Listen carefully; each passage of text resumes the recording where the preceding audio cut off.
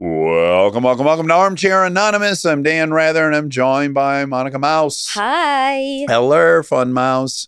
Today we have part 2 of quickly becoming our favorite prompt, foreign object in butt.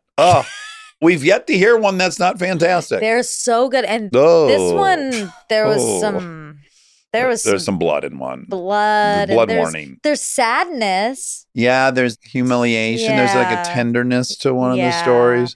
And then there's some hilarity, as you would expect. There's no female president Barbies up the butt in this one. Thank goodness for once. Right. But every other conceivable option is there. Yeah. As you'll hear, please enjoy Foreign Objects in Butt Part 2. Hard times come and go. Good times, take them slow. My life, I had them both. Remember one thing, you gotta know, I'ma keep on shining. Hello? Is it connecting audio? No. Can you hear us? Give me a thumbs up if you can hear us. And don't panic. Everyone has problems. Panic. Don't panic. Well, now you guys can probably hear me. We can. Now we can hear you. You seem to be in a little person's bedroom. My daughter's, she is 5 years old and she turns 6 January 31st. My birthday was yesterday and my wife was on the 2nd. So happy belated birthday, Dax. Wow. She's a J2C. Also, you guys are 2 days apart, 3 days apart? 3 days apart, yeah. I find that to be very rare. Am I the only one that thinks that? I've never thought about that. Couples generally are not, in my experience, anecdotally. She is 16 years older than me. So I think that kind of plays a part in it. We are an age gap family. Good for her. Oh my God, you were a sweet 16 birthday present to her, and then it just came late. Yep, that's how it worked. Also, she's a baller. Way to get a young chick. Yeah, she actually got her driver's license on the day that I was born. Oh my God. Oh. But she's a hottie. You wouldn't know that she was that much older than me. She's beautiful. Wait, how old is she? Are she and I the same age? I am 44, so she just turned 60. Okay. Nice. Okay, tell us about the foreign Yes. object in a butt. Okay, so I went to Georgia Southern University, and when I graduated, I was having a hard time finding a job. So I started working for a trucking company, and my dad was not happy. He was like, I want you to be a teacher. I want you to do something that you can fall back on. So I decided to go to nursing. I went to a 2-year school. I'm not going to tell you which state it is in, but there ranges from 18 years old to like 50 people going back to school. And I was so not wanting to do this in the first place. But I get into the program and I have most of my math and science and all that stuff done. They do clinicals, okay? So in these clinical rotations, you start with geriatrics, then you go to med surg, you progress. Wait, can I ask an inappropriate question? Yeah. Do you start with geriatrics because they're expendable? Like if you fuck up, they're already at the end? I think most of it is because it weeds out. You're wiping so many butts and you're taking out garbage and you're doing a lot of stuff that you don't necessarily do as an RN, but you do need to know how to do it and you really should do it. So it kind of warms you up. But my second rotation, which is the first in a hospital, is at this low income area. The very first day, they have us come in at 5 o'clock in the morning. And you don't actually technically start until 7 a.m. But because it's the first day, you have to go through orientation and they're telling you about OSHA and HIPAA and all that kind of stuff. And they're very professional and say, hey, this is a low income area. You're going to have some people that come in with a earache and you're going to look in it and it's going to be a roach. It's going to be a spider. Oh my God. That just made me so itchy. Monica just threw her headphones out and dug in her ear. I just felt like there was a real spider. Look in your cup for a mouse. Stop. Mice, bugs. Snake in your butt. Be careful. Oh, is that where this is going to go? No, thank God. And they're also like, hey, you're going to get all different kinds of patients. And it is what it is. This is not a fancy place. This is not going to be comfortable for you. So we go upstairs around 6:30 in the morning. We meet our nursing precept for the first time. There's 5 of us nursing students, and they hand you your patient for the day. And it's your very first time in scrubs. It's super uncomfortable. I don't know where anything is. Yeah, are you excited or scared? I was panicked. So they hand you a patient and you only get one. It's your first day. They don't overwhelm you, but it is still overwhelming. You're getting their patient history. You're getting their medications. You're getting all the information that you need to know about this person. And then you go sit down and you write down their medications and what the side effects are and all this stuff. So I'm watching all these people get their patients, and it's like one page. I have 5 pages of a medical history on a 83-year-old man. I start reading and I get to the final page, and it's for an object near the cecum, all the way up there. Wait, what's this cecum? It's been a long time, Yeah. but I think there's like 5 levels to your intestines. Your first one is your sigmoid, and then it kind of goes around and around and around, and your cecum is pretty close to your appendix. Because I'm an older student, my brain doesn't go to, oh, this is something he swallowed. I automatically go, this is sexual. Sure. I get that a nurse has to deal with all this stuff, but as a student, I'm like, no. First at bat. I knew it wasn't a joke, but I'm like, are they trying to fuck with us? So I go to the nursing precept and she doesn't know me. She looks at my name tag and she's like, Kristen, are you kidding me? It's your first time ever. And I was like, oh, okay. And I'm panicking because I'm like trying to do this for my parents. Oh, no. So I go into the room for the very first time. He's laying down, again, 83 years old. He looks completely healthy, but he's half asleep and he doesn't want me in the room. And the first thing that you do as a nurse when you go into a room is a head to toe assessment. And the last question I ask him is, on a scale of 1 to 10, where are you at? And he goes, I have a bike handle up my ass. Oh. Why would you ask me that question? He's pissed at me. And I was like, I'm so sorry. If there's anything I can do to make you more comfortable, let me know. And he's like, they already gave me my meds. Because he was in so much pain, they had given him meds overnight. So I end up going into his room over the next couple of hours and he warms up to me. He's just an older man that's grumpy, but he is like a grandpa. Anyone would be grumpy with a bike part up their ass, probably, yeah. I kind of agree with him when he said, why would you ask me that? I didn't know what it was. In his patient history, it just said foreign object near cecum. And then he warms up and he basically starts telling me every time I go in the room a little bit more about this story. So he ordered a magic bullet online. Do you know what I'm talking about? To hold cocaine in? I'm like, what? It's a vibrator. Oh, yeah. It was too small for him. So he decided to go to his bicycle, take the rubber handle off of it, and put the vibrator into it. To give it some girth? To fill it out. Right. So he takes it, puts it in the bike handle, it gets lost. Oh my God. He has a bicycle because he cannot drive. He either uses his bicycle or public transportation. Well, the hospital was too far for the bicycle. He was so embarrassed that he decided to wait until the battery died. What? Oh, wow. Hold on. Let's just comprehend his... Hold on. So it's going off inside. He lost control of it. I hope he at least had Me too. some That's what enjoyment. I'm like. I wondered if while he's panicked, every now and then he's like letting in little rays of pleasure. And how long does a battery last with a vibrator? Mine lasts pretty long. Me too. But if it's going nonstop. It's maybe 4 hours? I don't know. Rob, ask chat how long a magic bullet. I'm going to take a couple weeks off and I'll get back to you guys on a real fact check. So he had to wait till the battery died, got on public transportation, and basically the bike handle stopped and stayed in his sigmoid, and the bullet just kept traveling. Oh. He had to have surgery, and he ended up being just such a great patient that day. I did ask him because we ended up having this kind of relationship. I was like, why? You know... He said, my wife died 20 years ago. A man's got to do what a man's got to do. Okay. Yeah. By the time they came in to get him for surgery, which was around 2 p.m. that day, the nursing precept realized that I had not been kidding and it was not appropriate for me to have that patient. And she was actually extremely nice to me going forward. So the experience of working at that hospital was awesome after that. I highly recommend not going to a low-income hospital if you don't have to, but the people were awesome. Yeah. Oh my gosh. It's a happy story because you made a friend. It's unfortunate for him, but one person's misfortune. Foreign object is another person's great start. You know what they say. But that was my very first day. Oh, wow. It definitely broke the ice as far as dealing with patients. Did you get home and immediately call your dad and tell him? 100%. Yeah, of course. Like, okay, I did what you wanted me to do. And look where it led me. I'm digging in some old timers' buns to find a magic bullet. Exactly.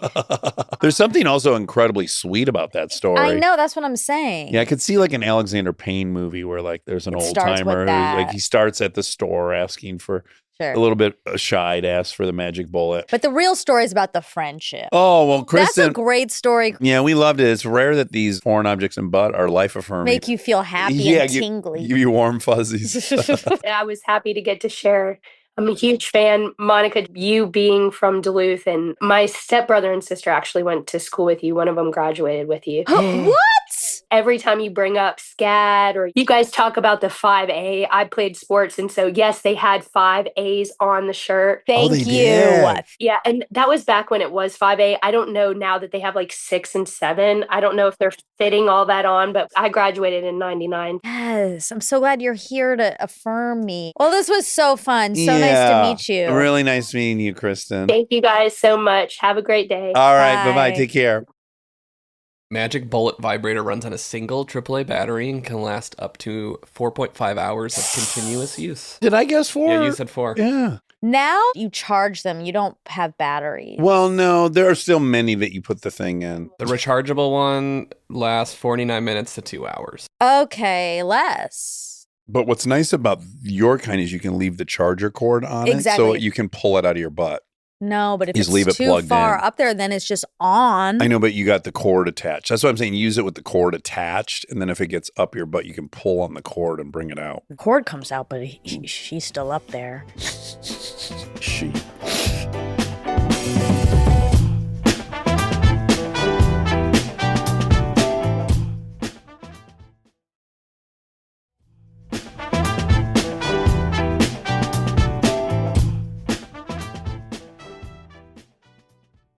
Hello. You were like a ghost. You were I as know. dark. I'm in the room that has a light activator, so I have to wave it on every couple minutes. Oh, Sure, like fun. those bathroom lights that go off. Yeah, it can't see me in the fort. And I know immediately you're a Monica super fan. There's a There's a friend friend's sweatshirt's sweatshirt. has been worn. I love it. It's a Chandler and Joey sweatshirt. Doing one of their silly boy things. Being funny. Yeah, misunderstanding one Yeah. another. What fake name are we going to go with? You guys can pick. Rachel. Oh, I'll take it. So you're Rachel. Besides unauthorized evacuation, this is our favorite prompt. It's a fun one. Do you know what we've never had, and I Huh. doubt we ever will have, unless Rachel is that lucky person. We've not had someone call that they themselves had a I foreign know. object. I do want to hear from the Me horse's too. ass one of these times. Me too. I really would commend their bravery Me and too. vulnerability. And I would treat it very respectfully. Unless they put a presidential Barbie, then that would be tough. I will say this is not my only story of this. Oh, This is you a- lucky you might call girl. Are you in the medical profession? I am. So I'm actually in PA school right now, but I am a surgical technologist. So I actually work on the OR end. So I'm kind of the person that they call after the mysterious item has failed to come out in the ER. Got it. Okay. Okay. You're really boots on the ground in this situation. I'm like elbows deep, literally. Oh my. Oh, this is exciting. This is very exciting. Great. To give you a little bit of background, I am a mom and I was trying to finish my bachelor's. So I was working a lot of nights and weekends, working the odd shifts. And that kind of requires me to do a little bit more. So I was actually helping run the front desk. So I get a lot of the phone calls. So this particular weekend, I have a surgeon on call and he's a new doctor. He's maybe been out of residency for like 9 months. Salt the earth, one of the most humble, kind surgeons I've ever met. I thought maybe he was going to be super arrogant because he was new and he wanted to prove himself. Well, also, all surgeons are arrogant. We've already discovered Right, this. Yeah, right. they'll admit it to you. Yeah, they have a little bit, but I'm pretty fortunate. I work with a lot of really, really good people. And he was just the best and was so kind to all of his patients. So he's on call and he gives me a phone call and I answered at the front desk and he's like, hey, I have an inguinal hernia downstairs and I just am waiting for the scan. And I said, okay, that sounds great. I'll get stuff ready. And inguinal hernias are a dime a dozen. We do them all the time. Where is What that are tear? they? Yeah, where was the location of that hernia? They're mostly in men because it's in your groin area. Oh, there goes the light.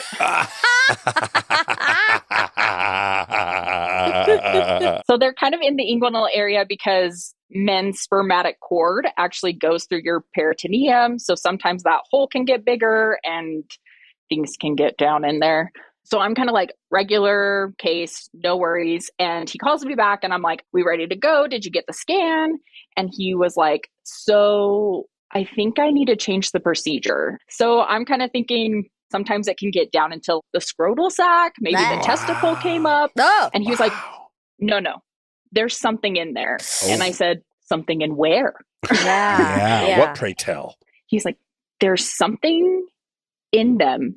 And I don't think they know that it's there. Oh, Okay. no. He was like, I'm just going to come up and I'm just going to show it to you. Part of my job is anticipating the supplies that we need because I scrub in and I help them. So I kind of need to know what's going on so that I can prepare. So he comes up and he pulls up the scan and I'm looking at it. And this guy does have an inguinal hernia, which is what he came in to complain for. But he also has this bright white, which usually means it's metal, 8 to 9 inch thing in his abdomen. In his abdomen, not his rectum. Well, so my first thought was, did this guy get stabbed with like a shiv? Because I've seen a lot of scans where things are stuck in people's rectums. They're usually near the bottom. Right. This one was kind of off to the side, not 100% on the bottom, but far enough that my first instinct wasn't this guy stuck this up his rectum and he didn't swallow it. So I'm like, okay, what are we dealing with? So we're trying to come up with a plan because we're like, is this a pen? Is it a butter knife? Ew. We're not 100% sure. A wrench? Yeah. I'm like, I don't know what it is. So I'm just going to prepare for everything. And I said, well, how did it get in there? And he said, your colon's kind of like a vacuum. I guess he put it in there and then forgot about it in order for it to travel that far up into your colon. And I was like, how do you forget? Unless he just accidentally Also, sat on it. we're clearly all thinking for us, putting an enormous thing up our butt would be the first time. So it'd be very memorable. But you might be Right. forget if you do this Every day. 20 times a month all year, I guess, yeah, you might forget. Yeah, because actually we can kind of relate to this maybe. Tampons. You would think, how on earth could you forget you have a tampon? Exactly, Yeah. but you can. At this point, if you have a sharp thing in your abdomen, we're not dealing with your hernia. He went down, he consented him. We bring this patient up to the operating room and we kind of get started. And I don't want to get too gross. This is my job, so it's not gross to me. But we open this person up. When you say opens him up, you dilate his asshole or you've cut into him? Cut. This one, because it was so far up, we just do an incision right down the middle.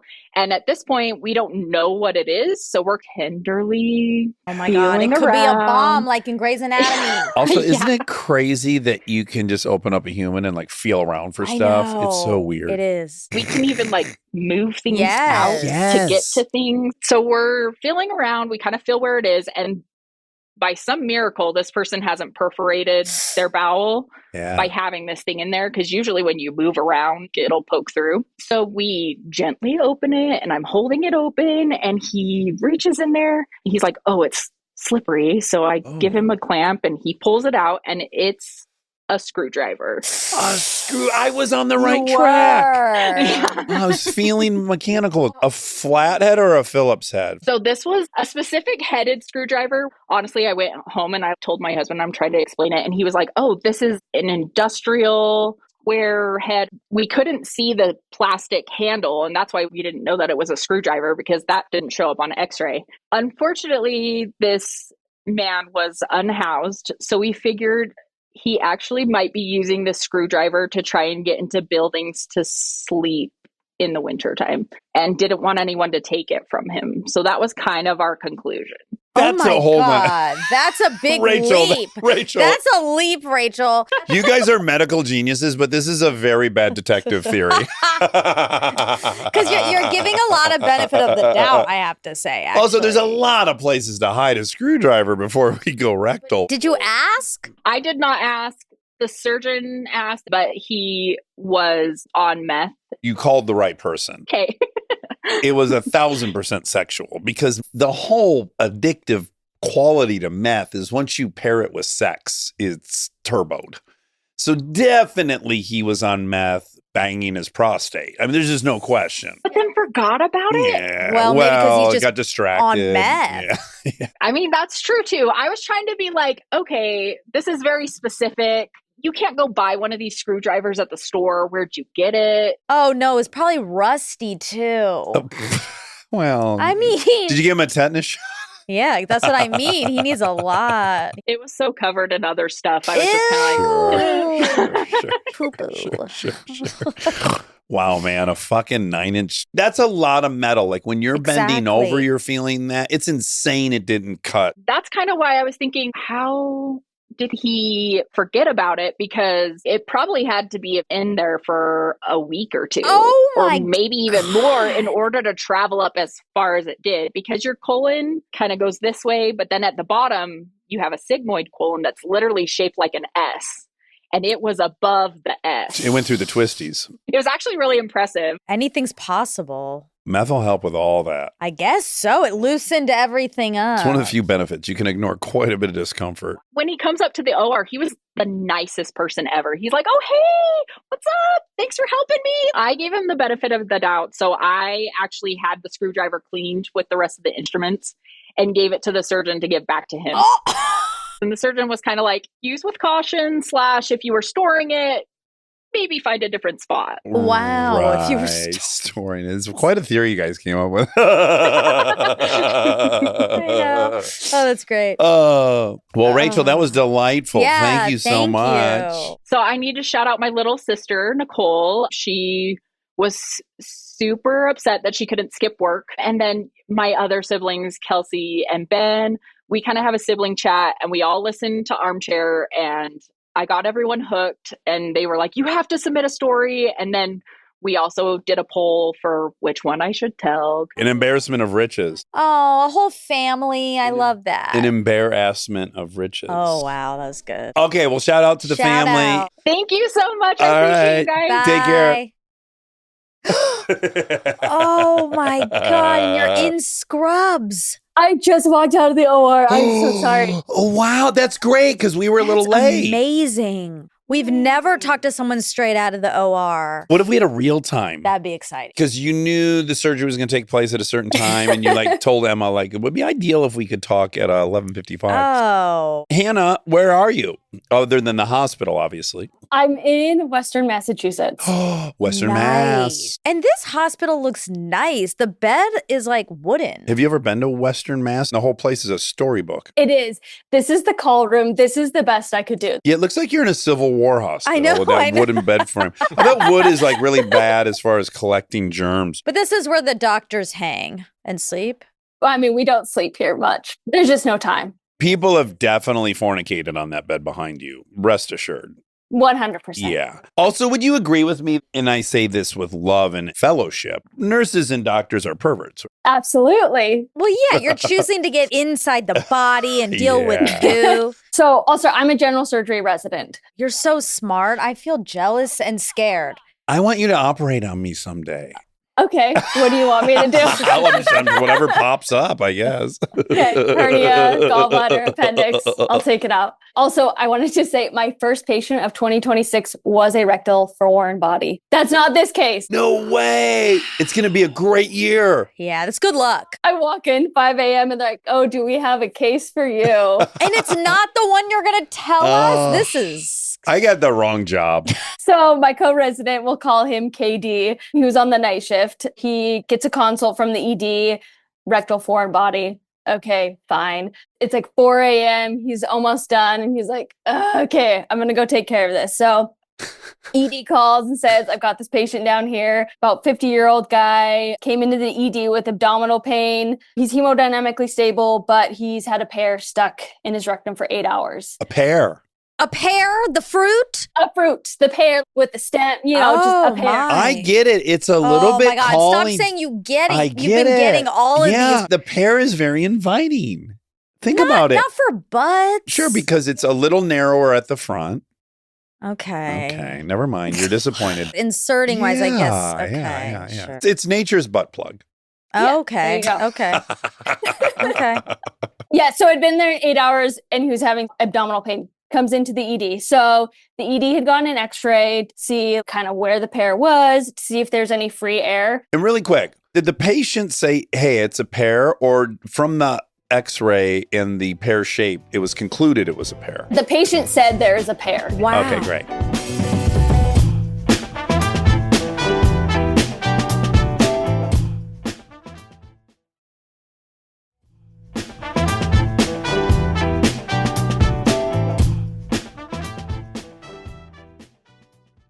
Sorry, I got to add one more thing. Sorry, Monica. Monica just grabbed the bridge of her nose. I just want to hear it. I know.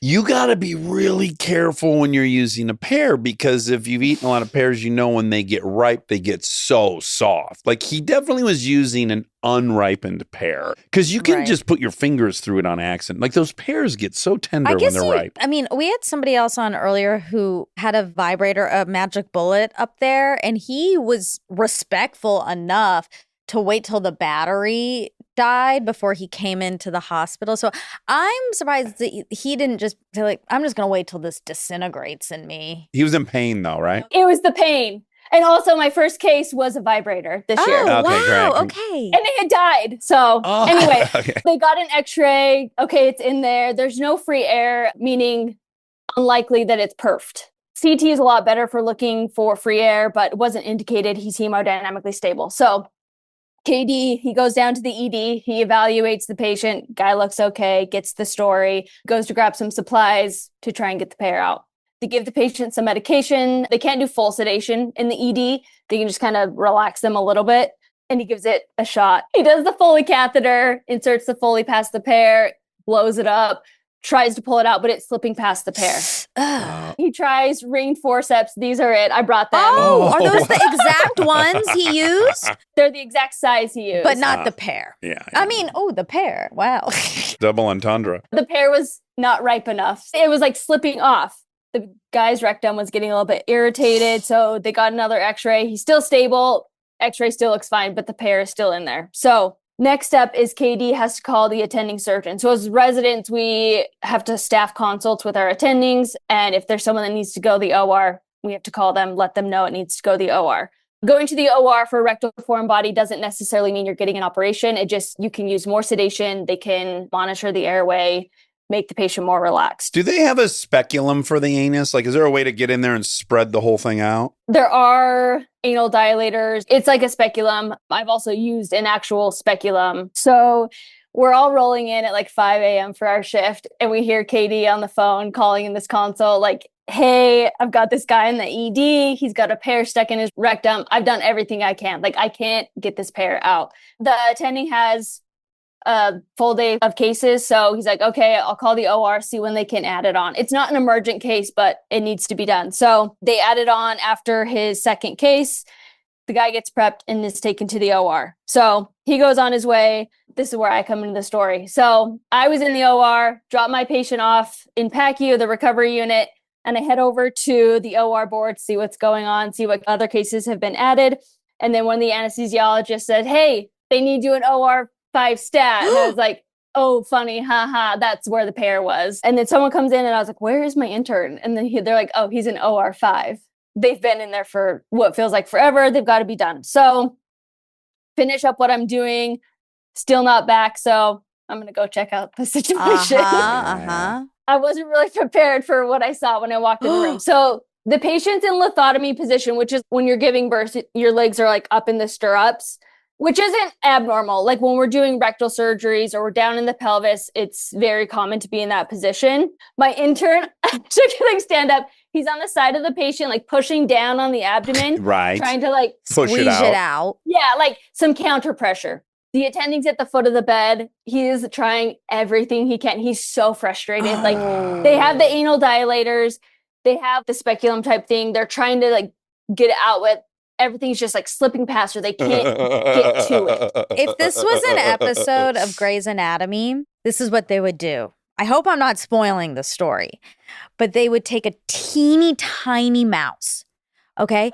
And then they would stick him up there. Okay. Because then the mouse would go eat it. Oh, but then they'd have a fat mouse to I know, get rid of. then- You'd have to keep the tail attached to something. Exactly. You have a handle on the mouse's tail, so you're able to pull him back out. But he goes up there and eats some of the pear. Now, Isn't that a kind of good idea? I think it's a great idea. Thanks. I have a different one. I just want to throw one out there. So now we'll have competing theories. Okay.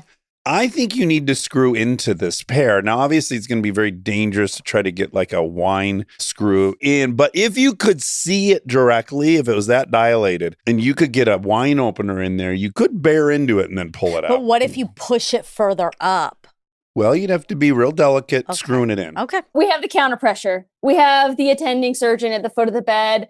There's another resident scrubbed. The scrub tech, the circulator nurse are both just dead inside. Everyone just wants this pair out and they cannot get it out. So I started walking towards the end of the bed and my chief resident is in there and he's like, hey, what size are your hands? Oh, yeah. So I hold up my hand. He holds up his hand. My hand is like half the size of his hand. He's like, okay, you want to give it a try? Oh, boy. So I look at the attending and I was like, I can give it a try. He has lost all hope. They're about to open this guy up. He's like, sure, okay, fine, give it a try. So I scrub in, I get my gown on, get my gloves on, and grab a big pile of lube. Sure. And I go in the rectum. I'm like this far. Oh my God, to your elbow. Oh, so you could never got a wine screw in there. No way. No, it was pretty far in. So I'm in there. I grab the pear. I have the pear in my hand and I try and pull it out and I get stuck on the pelvic ring. It's like my knuckle holding the pear. There's not enough room. I was like, there has to be enough room. Somehow I adjust my fingers.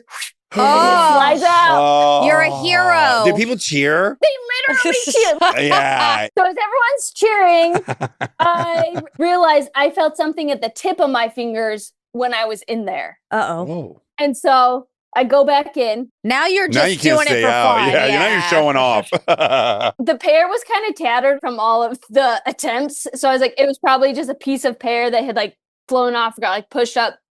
And I grab it. It's perfectly round. I thought this is probably just a stool ball. Sure. Ew, Stool ball. I love stool that. ball. That's cute.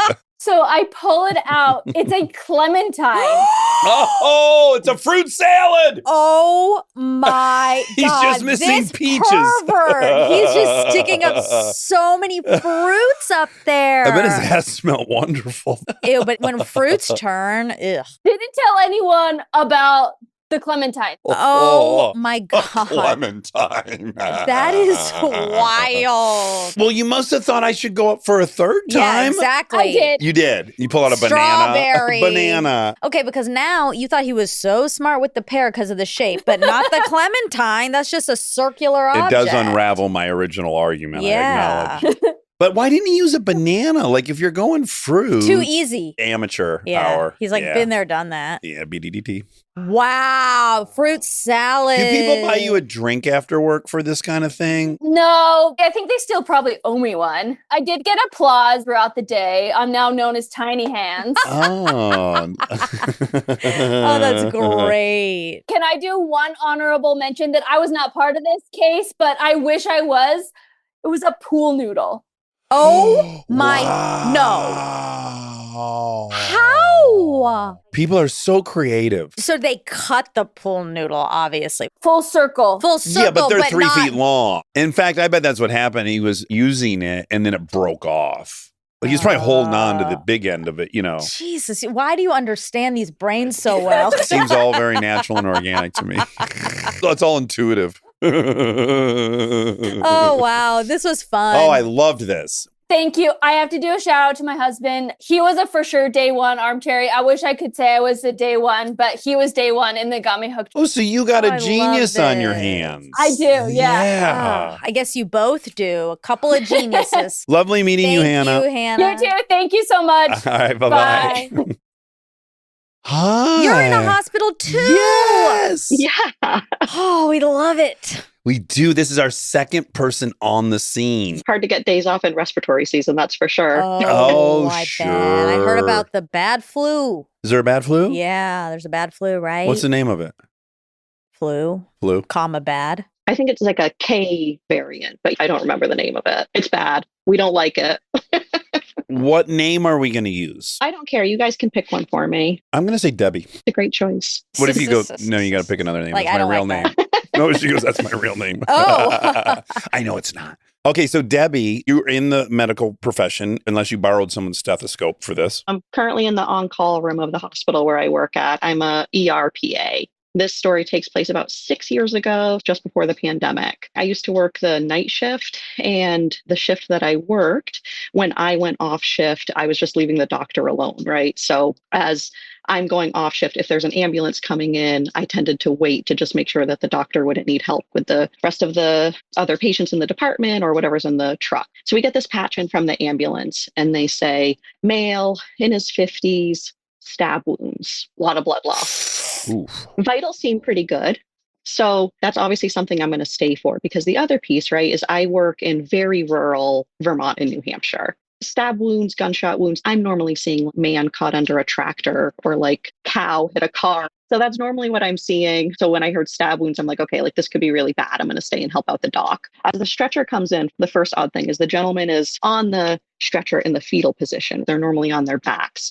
And I'll never forget, I've not even seen this since. There was just blood pouring off the stretcher. Oh my God. So we get him settled in the room. For the volume of blood loss that we're seeing, it's remarkable, because this guy, his vitals look great. He's doing okay. He's talking to us. Is his blood pressure low? Blood pressure is a hair low, but he's mentating great. He knows where he is. He knows who he is. He's able to tell us the story, thank goodness, because we're like, what the heck is going on here? Does mentating mean he's mentally sharp? Yeah. Oh, that's a new word for us. Context clues. Did you know what mentating meant? I mean, we use figured it context out, clues, but it's a yeah. great new word. Also sounds like menstruating, very close. Similar.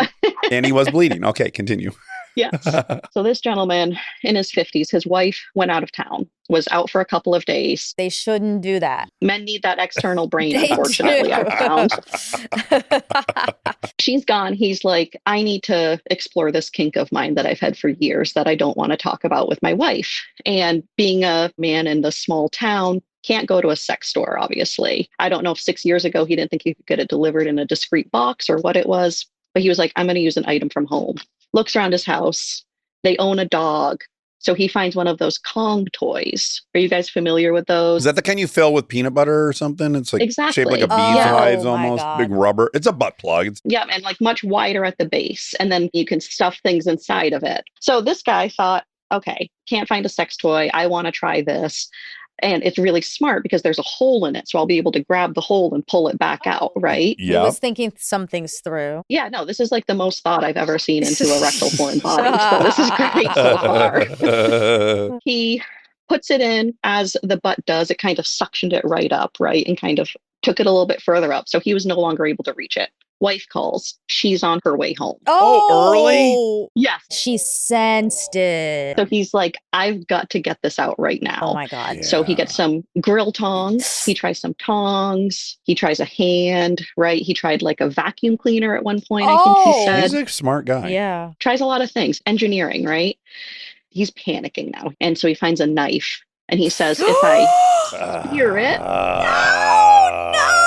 No. I'll be able to pull it right out. I mean, that's one step away from if I take a shotgun, I can blast it out. He's so panicked. It's also like a comedy set piece. It's like he gets this thing in, it goes sideways. Now the wife calls. It's like the stakes are building. A knife? A knife. So this poor gentleman at least did not get the knife stuck in there, but the Kong was still quite lodged in there. We obviously weren't able to get out. We ended up flying him to a trauma center where he had to have all that repaired, and he ended up with an ostomy. What's that? They rearrange your intestines and you have the hole on the front with the bag. Oh my He was no longer able to use his rectum. That's not called a colostomy? Colostomy is coming out of the colon. The ostomy is like the actual hole. Oh, kind of like a stoma and a... Yep. So he's just stabbed himself a bunch up there. Oh, sure did. And then the wife comes home and there's blood everywhere. I like to keep these comedic, but I do have to explore how sad this is. Like, shame is so powerful. I know. Not only did he not want to tell his wife, now he's got a fucking colostomy bag. And now he's got to tell her the whole thing. And he's in all this damage out of fear of shame. I know, and it breaks just my saying heart. what you want. I want to feel something against my prostate. You're not a weirdo. That's fine. Right. Did you guys have to pump him full of blood before you transported him? Yeah, so he got transfused with blood and fluids. I don't think he ended up needing any medications to like keep his blood pressure elevated. He actually compensated really well. That's like a huge thing I remember about is that he did great with a lot of blood loss. Well, the adrenaline of getting caught and the trouble he was in. Was the wife at the hospital? The wife did not come. Oh. No, I don't know if she met him at the trauma hospital later. Oh, I hope she was kind to him. Me too. I mean, hope so too. She's probably dealing with a lot. That's a lot to process. You know, you come home and your husband. Hey, now. That is a lot to process. It is a lot to process. And he's bleeding out because he stabbed himself in the butt. And then you feel guilty because it's like, why didn't you just tell me? But you know why I didn't tell you. Oh, wow. That's horrifying. Debbie. Yeah, that was the first time I had ever seen that in the ER, and it's definitely been the worst time I've ever seen it too. All the other stories are a little bit lighter, but that one was a heavy hitter, and that's the first time I ever saw that. Now, if you had to give a ballpark to how many rectal foreign bodies you've had in your career, how long have you had this job? 7 years. I've been in the ER. And so in 7 years, if you had to ballpark how many of these you've experienced, how many would it be? I'd say probably like 3 a year. Okay. 3 a year, so 21. That's a lot. It's a lot. And she's in a rural area. Yeah, the volume's pretty low. Wow. We learn a lot in these. People are doing this. This is not a one-off. No. This is a feature, not a bug.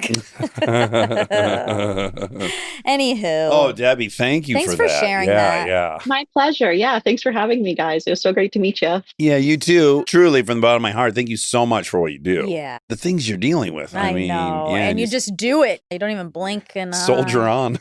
It's really impressive. Thank you. Take care. Nice meeting you. Another fun one in the books. You know, I wonder if this prompt encourages people to do it or scares people away from doing it. I don't want anyone to listen to this and try it, and then they end up in the hospital. Okay, I don't either. Okay. Okay. Okay. Hey. All right. I love you. Okay, I love you too. Bye. I want to tell Kristen to not buy any pears. Don't go out of town, Dillard. Whatever you do not go out of town. Or if you do, take all the knives. And the pears. All right. Love you. Do you want to sing a tune or something? We don't have a theme song. Oh. Okay, great.